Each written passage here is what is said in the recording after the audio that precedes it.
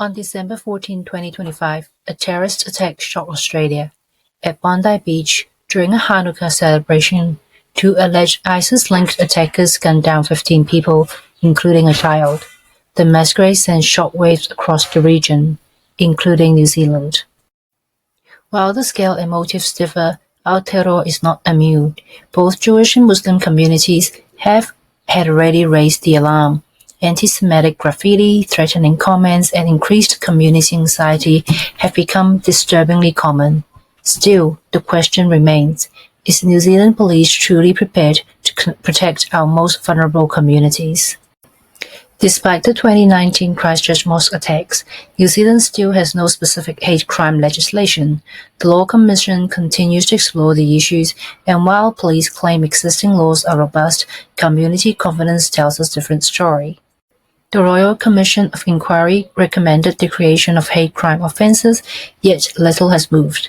Meanwhile, a new senior advisor hate crime role has been advertised within New Zealand Police, a 30-hour position expected to protect vulnerable communities. But if we are relying on internal advisory roles to plug the gaps in legislation and community trust, we may be in bigger trouble than we think.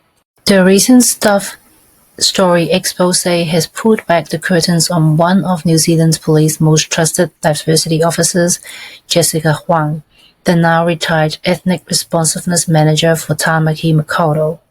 Long celebrated for community engagement, Phuang behind-the-scenes activities paint a different picture, one of alignment with the Chinese government's interest, often at the expense of local Chinese dissidents, Hong Kongers, Taiwanese New Zealanders, and other members of the diaspora.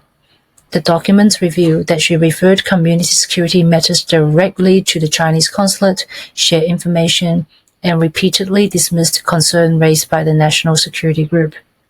Let's be clear, these are not new concerns. The community have raised these red flags for years, from protesters being assaulted at Chinese consulate events to report of information leaks that put lives at risk. Nothing was done. Even at a retirement celebration at Fickling Centre, Phuang was celebrated for her years of service. Where was the accountability? A senior police official partnering with groups like the Chao Shan General Association, a group linked to Yikun Zhang and the Zhang brothers, key figures in foreign interference concerns, should have raised every red flag possible. Instead, the police not only kept Phuang in her role for years, but as of 2026, still only have an acting ethnic responsiveness manager, Andrew Lui, in her place.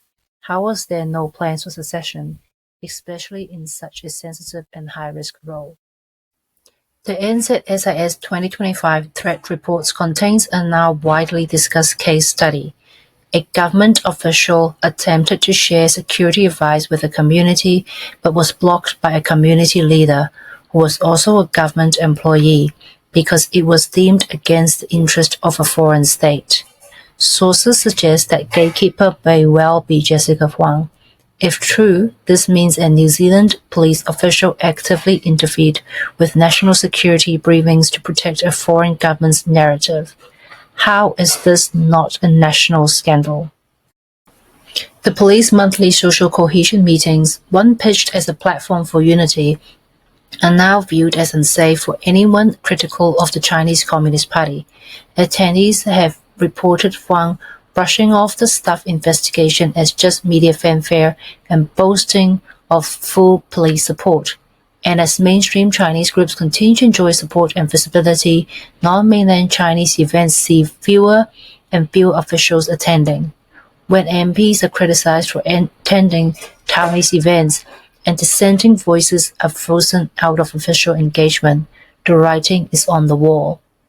The police claim to be committed to preventing hate crimes and building safer communities, but how can communities report in good faith when the very institution tasked with protecting them has harbored compromised individuals?